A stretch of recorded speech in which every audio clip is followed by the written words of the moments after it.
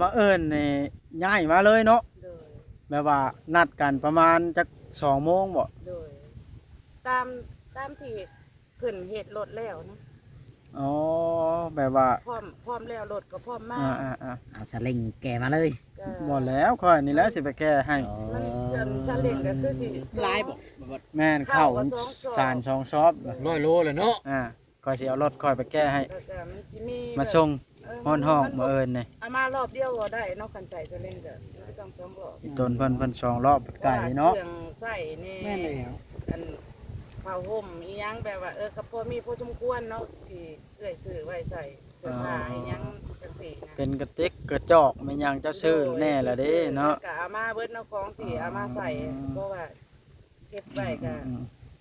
มาเอิ้นนี่ให้บ่จ้อยชาแนลท่าอยู่ซิโนรถเนาะ แม่นบ่บ่จ้อย แม่น เพราะว่าค่อยสิไปรับเอาเวลาเราแล้วเวียกแล้วงาน แต่ว่านัดกันกับพวกอันติดชะเล้งน่ะเขาว่าให้แล้วมื้ออื่นเนาะ โดย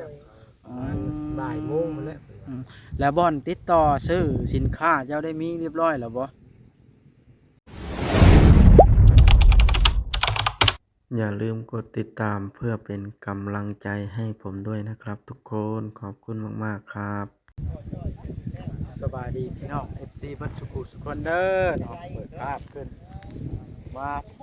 เซโนบ่จ้อยมาหาห้องแต่ว่าเพิ่นได้หรือยังก็บ่ทันฮู้พี่น้องมาเลยก็เลย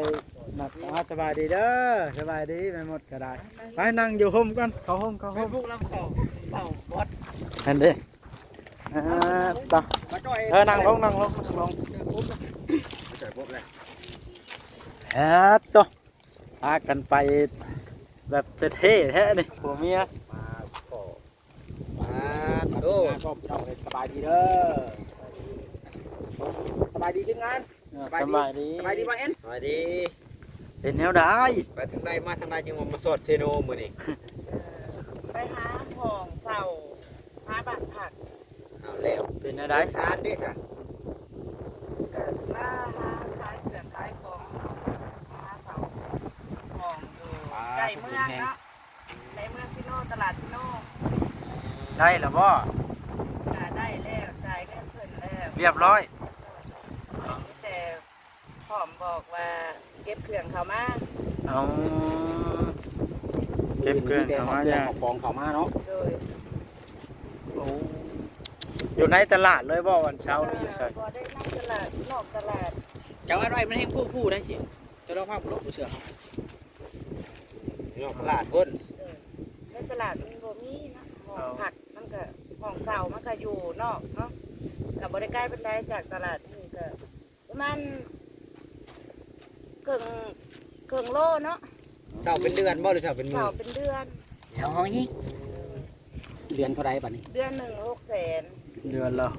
600,000 รวมขนำค่าไฟกันว่าถ้ามีพัดลมตัวเดียวรวมกับขนำค่าไฟอยู่ใน600,000นั่น เอา จะติดไปกัน โดย คิดจะได้ ไม่ เขาเชื่อกระเป๋า เอาไปลงผ่านเก่าเนาะเครื่องค่าน้ำค่าไฟนะ600,000 โดย จ่ายเพิ่นเรียบร้อย จ่ายเรียบร้อยถ้าเป็นว่ามีตู้เย็นเข้ามาเพิ่ม หรือว่าโทรทัศน์อีหยังจังสี่แบบว่าก็ได้จ่ายขนามกับไฟแบบว่าแยก เสียเพิ่มขึ้นอีกเนาะ โดยจ่ายต่างหากแต่ถ้าหาบ่มีตู้เย็นบ่มีทีวีก็พัดลมตัวหนึ่งค่ะรวมอยู่กับขนามกับไฟอยู่กับค่าห้อง600,000 บาท600,000นั่น 600,000กีบ อัน600,000 บาทนี่เพลงแล้วน่ะเนาะ ไอ้เป็นคนหาให้ห้องเจ้าว่าแถวนี้มีห้อง หาเองแต่เคยอยู่เคยเป็นแม่ค้าขายเสื้อผ้าอยู่นี่ก็เลยหูห้องผักห้องแถว แต่ก่อนเคยมา เมื่อก่อนแต่เพิ่นบ่ทันพบพ่อก็บ่จ้อยนี่ก็ เป็นแม่ค้า เพิ่นเป็นแม่ค้าเด้ โอ้ แล้วจะคืนมาเฮ็ดอาชีพ เป็นอาชีพ ลาว เก่า นะ ว่าง่ายอยากได้ทุนเฮ็ดอาชีพเก่าเดี๋ยวนี้เนาะ โดย ไปได้บ่เด้ เป็นไดแบบว่าโครงการน่ะมีทุนจักล้านแล้วตอนนี้เตรียมสิมาลงมาอยู่ขายนะ มีอะไรน่ะว้าวบงแล้วนะ ขอกับเอื้อยได้ลาดหนึง ในร้านกีบนี่เนาะ เลย อ๋อ ได้ลาดหนึ่ง เพราะว่าเงินที่ทางทีม งานมอบให้เพิ่นก็มีจ่ายค่าห้องแน่ค่าน้ำมันรถแน่เด็กพี่น้อง ค่าซาเล้งเด้เบาลิ คือว่าเพิ่นจะว่าไปติดชาเล้งบ่ ติดซาเล้งก็2ล้านเงินที่ เงินที่บ่บอสมอบให้นั่น โดย จังซี่จังว่าคน ติด อยาก อัน ได้ ซาเล้ง2 ล้านบาทติดใช้รถอันที่ว่าอันนี้น่ะบ่ ติดใส่คันขี่ ติดสิคันขี่ผู้มื้อ จักสิไปฮอดมื้อใดเด้อเนาะ โดย สู่ต่อไป อ้าวคือว่ามันกินลีนโผคือติดใช้อ่ะน่ะ บ่มีคันติด ก็ เนาะ มันบ่มีคันติดแต่คันติดมัน จำ ก็ เป็นนะ ราคาหลายก็ซ้ำเงินที่เอื้อยผู้ใหญ่เพิ่นมอบให้เอื้อยแก้ว2ล้านที่ให้น้องมาซื้อน้องอยากได้รถเนาะ อ๋อ น้องก็เลยเก็บไว้ก็ได้แล้วรถได้ยังบ่ได้ ติดแก่นักบัดนี้แฮงสิกินลีนทีบขึ้นอีกทิศละทุกบ่พอบัดนี้เนาะเดี๋ยวนี้ยังทิศละทุกแล้ว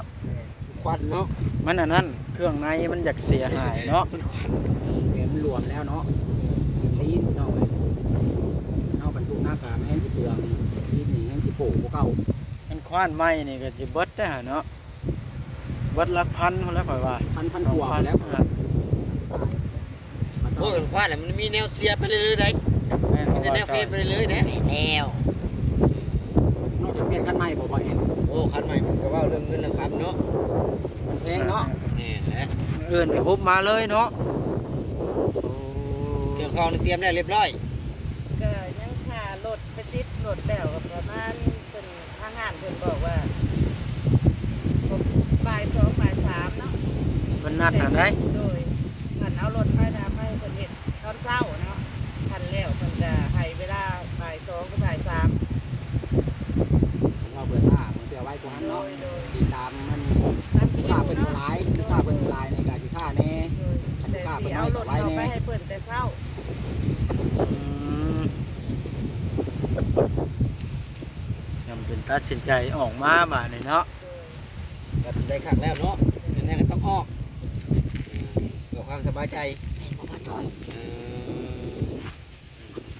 โดยโดย แม่นบ่บ่จอย แม่นแล้ว นอนมาจ่อยไปนี่บ่เลยเรา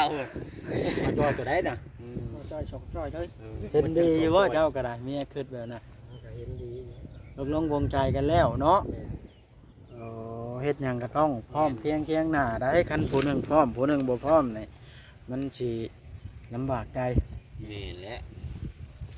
คือว่าล่มกับเพิ่นแล้วเนาะ เอา แต่บ่มีทางเลือกก็เลือกทางนี้แหละทางที่เลยหมดคิดนี่จ้ะดีอย่าง เพราะว่าละมาไล่เบิ่งตัดอ้อยก็มาโดนแล้วเนาะ โดย เราก็ได้ทำไรเนาะ บ่คืบหน้าเด้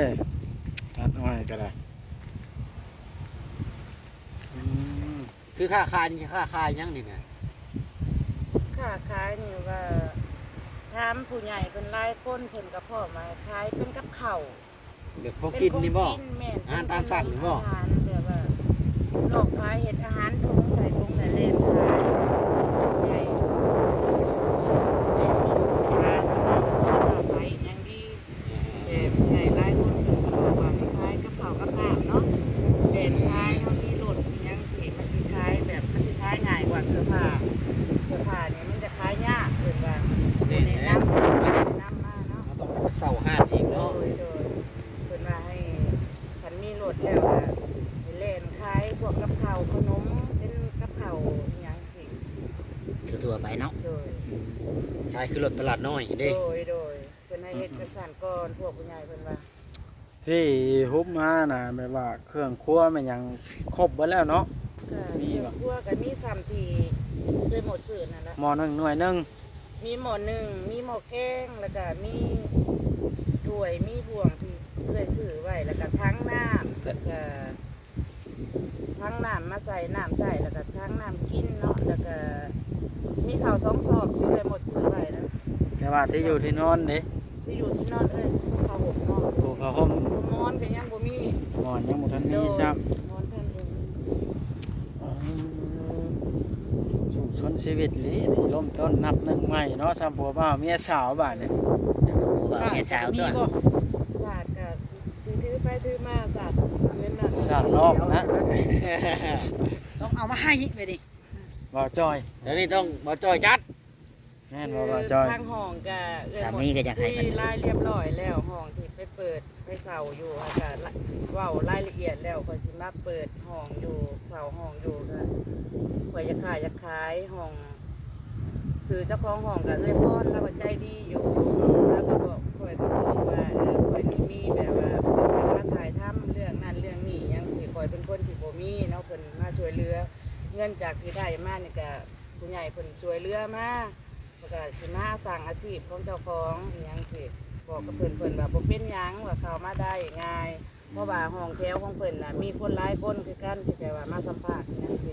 คนที่เสาห้องอยู่กับเพิ่นน่ะ โอ้ เขาว่ามาถ่ายคลิปกันหลายห้อง4-5ห้องเพิ่นว่า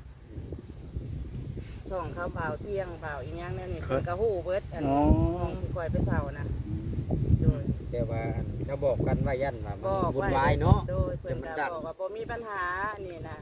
เพราะว่าอยู่ในห้องก็มีหลายคนที่เขามาถ่ายสองทาง มันบ่ได้เนาะ โดย แต่นี้แหละ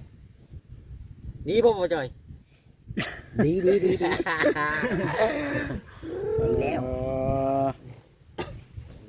โดย